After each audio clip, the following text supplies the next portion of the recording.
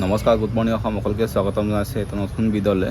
চ' যিহেতু আজি থাম্বনেইলখন চাই সকলোৱে গমেই পাইছে চাগে। চ' যিহেতু বহুত ল'ৰা ছোৱালী বহুত ভিউৱাৰে মোক কমেণ্ট কৰি আছে, দাদা তুমি কেনেকৈ প্ৰেক্টিছ কৰিছিলা, তুমি কেনেকৈ চাকৰি পাইছিলা বা কিমানবাৰ ইণ্টাৰভিউ মাৰিছিলা, তেনেকুৱা ধৰণৰ বহুত কুৱেশ্যন আহিছে।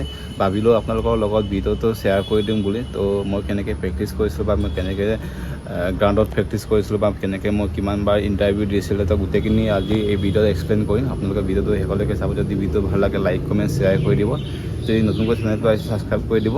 তেতিয়া আমি প্ৰথমতে আলোচনা কৰিম যে মই কেনেকৈ জাৰ্ণিটো ষ্টাৰ্ট কৰিছোঁ, মই কেনেকৈ চাকৰি পাইছিলোঁ বা কেনেকৈ কেনেকৈ প্ৰেক্টিছ কৰিছিলোঁ। চ' গোটেই প্ৰচেছখিনি আজি মই আপোনালোকক বুজাই দিম কেনেকৈ ক'ত হৈছিলে। তো মই যিহেতু আপোনালোকৰ আগত শ্বেয়াৰ কৰি দিছোঁ, আগৰ ভিডিঅ'খিনি মই আপোনালোকে নিশ্চয় চাইছে। তো তাতে মই প্ৰথমতে মই NCC কৰিছিলোঁ। মই এজন NCC কেডেট আছিলে। চ' NCC কেডেট যোনটো মই যেতিয়া 2022 চনত 2021 চনত যোনটো 2021 পষ্ট ওলাইছিলে, যোনটো ABUP আৰু লগতে যে কামাণ্ডো ওলাইছিল, কামাণ্ডোত যেনিবা মোৰ অকণমান এপ্লাই কৰিবলৈ মোৰ এজটো নজুৰিলে। তো মই ABUPত প্ৰথমবাৰ এপ্লাই কৰিছিলোঁ, ৰানিং কৰিছিলোঁ আমাৰ লীলাবাৰী গ্ৰাউণ্ডত, যোনটো আপোনাৰ 13 APBN লীলাবাৰীত লখিমপুৰতে আছে। তাত আমি ৰানিং কৰিছিলোঁ 3200 মিটাৰ, যোনটো সকলোৱে গমেই পায় আছাম পুলিচ ABUPটো 3200 মিটাৰ বুলি। তাৰপাছতে আমি ৰানিংটো পাছ কৰি আমাৰ এক্সামটো দিছিলোঁ আমাৰ লখিমপুৰ, ইয়াতে দিছিলোঁ আমাৰ লখিমপুৰ একদম টাউনৰ মাজতে আছে লখিমপুৰ কমাৰ্চ কলেজ বুলি। তাতে আমাৰ এক্সাম হৈছিলে আছাম পুলিচ ABUP, যোনটো 21 এপ্ৰিল নে 22 এপ্ৰিল আছিলে আমাৰ 2022 চনৰ এপ্ৰিল মাহৰ 24 তাৰিখ নে 24 তাৰিখ আছিলে চাগে এক্সামটো। তাৰপাছতে আমাৰ খুব প্ৰচেছটো অকণমান দেৰি হ'ল। আমাৰ ABUP যোনটো ৰিজাল্ট দিছিলে, তাৰপাছত 6-7 মাহ মূৰত ৰিজাল্ট দিছেগৈ। সকলোৱে গমেই পায় অক্টোবৰ নৱেম্বৰ মাহত ৰিজাল্ট দিছেগৈ আৰু নৱেম্বৰ মাহত জইন কৰিব দিছে। মই ভাইভাও দিছিলোঁ তাতে, এক্সামটো কোৱালিফাই কৰি মই ভাইভা দিছিলোঁ তেজপুৰ ৰিজাৰ্ভ চেণ্টাৰত দিছিলোঁ। ৰিজাৰ্ভত তেজপুৰ ৰিজাৰ্ভত যোনখিনি কেণ্ডিডেট হয়তো আপোনালোকে নিশ্চয় গম পায়। 2100 পষ্ট যোনটো ABUP ওলাইছিলে 2021 চনত ওলাইছিলে, এইটো পষ্টত মই প্ৰথমবাৰ ৰানিং কৰিছোঁ। আৰু নেক্সট যেতিয়া আমাৰ লগে যেতিয়া এপইণ্টমেণ্ট দিছিলে 2100 পষ্টত যেতিয়া ভাইভা দি ৰিজাল্ট দিলেগৈ, ৰিজাল্টটো মই অকণমান 0.3 মানত মোৰ নজুৰিলে। তো তাতে 0.3 মানত মই নজুৰিলে, মোৰ চিলেকশ্যন নহ'ল, আনচিলেক্ট হ'ল। তেতিয়াৰ পৰা মই আকৌ যুঁজ দি আকৌ নেক্সট টাইম মই প্ৰথমবাৰ বুলি মই প্ৰথমবাৰ চিলেক্ট নহ'ল, কি হ'ল আৰু ছেকেণ্ডবাৰ ট্ৰাই কৰিম। তো তেনেকৈ মই ভাবি চিন্তি কৰি পিনে মই নেক্সটবাৰ আকৌ ৰানিং কৰিলোঁ। এনেকৈ ফৰেষ্ট গাৰ্ডখনি পষ্ট ওলালে আৰু এক্সাইজৰ ওলালে, জেল ৱাৰ্ডাৰ ওলালে আৰু হাবিলদাৰো ওলালে। ঠিক তেনেকুৱা ধৰণৰ কনষ্টেবল গ্ৰেড 3 ওলালে। তো বহুতখিনি ধৰণৰ এনেকুৱা পষ্ট ওলালে 6-7টামান। তো এপ্লাই কৰিলোঁ গোটেইখিনি। এপ্লাই কৰাৰ পাছত যিহেতু মই যেতিয়া NCC কৰি আছিলোঁ, NCC কৰাৰ সময়তে আমি খুব প্ৰেক্টিছ কৰি থাকোঁ। তাতে আমি ৰানিং কৰিছিলোঁ। তো ৰানিং কৰোঁতে আমাৰ যেতিয়া ফৰেষ্ট গাৰ্ডটো ৰানিং কৰিছোঁ, ফৰেষ্ট গাৰ্ড AAPF যেতিয়া ৰানিং কৰিছিলোঁ কনষ্টেবল গ্ৰেড 3, তেতিয়া খুব বৰষুণ আমাৰ ইয়াত লখিমপুৰত খুব বৰষুণ আছিলে। তেতিয়া বৰষুণত মই ৰানিঙত কোৱালিফাই হৈছোঁ, হ'লেও মোক তাত এডমিট নাহিলেগৈ।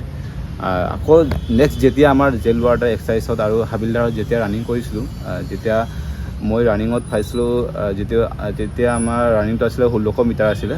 যেতিয়া সকলোৱে গমেই পায় এক্সাইজ আৰু জেল ৱাৰ্ডাৰ হাবিলদাৰটো 1600 মিটাৰ ৰানিং, এইবিলাক কথা গমেই পায় আপোনালোকে।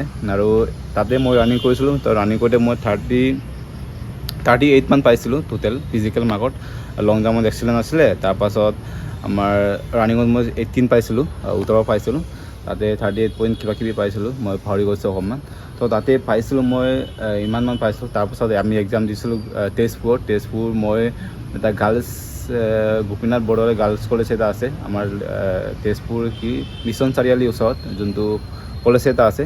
তাতে আমি এক্সাম দিছিলোঁ। এক্সামটো আমি কোৱালিফাই কৰি ভাইভা দিছিলোঁ। আমি গুৱাহাটী জালুকবাৰী ট্ৰেইনিং চেণ্টাৰত আমি ভাইভা দিছিলোঁ। তাতে ভাইভা দি যেতিয়া আমাৰ ৰিজাল্ট দিছেগৈ আমাৰ মাৰ্চ এপ্ৰিল মে মাহত আমাৰ ৰিজাল্ট দিছেগৈ। ৰিজাল্টত দি আমাৰ যিহেতু মই ছাকচেছফুল হ'ল, মই জেল ৱাৰ্ডাৰ ছাকচেছফুল চিলেক্ট হৈ মোৰ জেল ৱাৰ্ডাৰ চিলেক্ট হ'ল, আনৰিজাৰ্ভ কেটেগৰীত চিলেক্ট হ'ল। তো যিহেতু আপোনালোকে নিশ্চয় যদি লাগে মই দেখুৱাই দিম প্ৰুফ, যে আপোনালোকক লাগে যদি মই প্ৰুফ দেখুৱাই দিম। যদি আপোনালোকে কমেণ্ট কৰে তেতিয়া মই দেখাই দিম। তো তেনেকৈ মোৰ জাৰ্ণিটো আছিলে। আমি খুব চেষ্টা কৰিছিলোঁ, আমি খুব ৰানিং কৰিছিলোঁ। যেতিয়া প্ৰথমবাৰ নোৱাৰিলে, প্ৰথমবাৰ আনচিলেক্ট হ'ল, ছেকেণ্ডবাৰ চিলেক্ট হ'ম বা ছেকেণ্ডবাৰৰ কাৰণে ট্ৰাই কৰিম। ঠিক তেনেকুৱা ধৰণৰ ভাবিব লাগে যে প্ৰথমবাৰ পাৰিলে কি হ'ল, আমি নেক্সটবাৰ আকৌ যুদ্ধ কৰিম। ঠিক তেনেকুৱা ধৰণৰ আপুনি ভাবি পিনে আপুনি কাম কৰিব লাগিব। ঠিক আপুনি লোকৰ কথা শুনি বা আনৰ কথা শুনি আপুনি কেতিয়াও কামটো হেৰি দিব নালাগে বা ভাত দিব নালাগে। তো মই ভাবোঁ আপোনালোকৰ এই প্ৰচেছটো বা মই যেনেকৈ জাৰ্ণি কৰিছিলোঁ বা মই আপোনালোকে তো আপুনিতো খুব 3-4 ইণ্টাৰভিউ দিও আপুনি ফেইল হৈছে চাগে। তো আপুনি অকণমান ধৈৰ্য ধৰি আপুনি প্ৰেক্টিছ কৰিব লাগিব, আপুনি পঢ়িব লাগিব। খুব অকল ৰানিং কৰিলে নহ'ব, আপুনি চব পালে চাব লাগিব। আমি এডুকেশ্যনো কৰিব লাগিব বা ষ্টাডিও কৰিব লাগিব বা ৰানিঙো কৰিব লাগিব, চব পালে আমি কৰিব লাগিব। তো যিহেতু চব মানুহে ভাবে যে আমাৰ আছাম পুলিচত যোৱা ল'ৰা ছোৱালীবিলাক কমকৈ পঢ়া ল'ৰা ছোৱালী যায় বুলি, ঠিক এনেকুৱা ধৰণৰ নহয়। এতিয়া BA MA পঢ়া ল'ৰা ছোৱালীও এতিয়া আছাম পুলিচত ৰানিং কৰিব লগা হৈছে, কাৰণ সি চাকৰি নোপোৱাৰ কাৰণে ঘৰত বহি আছে আৰামত।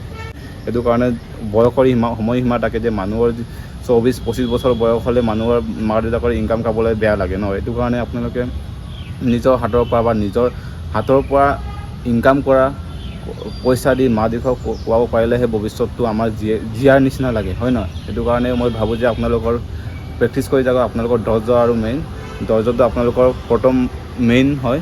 ধৈৰ্য থাকিলে আপোনাৰ চবখিনি কাম ধৈৰ্য শক্তিৰে কৰিলেহে আপোনাৰ বা মংগল হয় বা আপোনাৰ কামটো সফল হয়। মই এইটোৱে ক'লোঁ। যদি ভাল লাগে লাইক কমেণ্ট শ্বেয়াৰ কৰিব। তো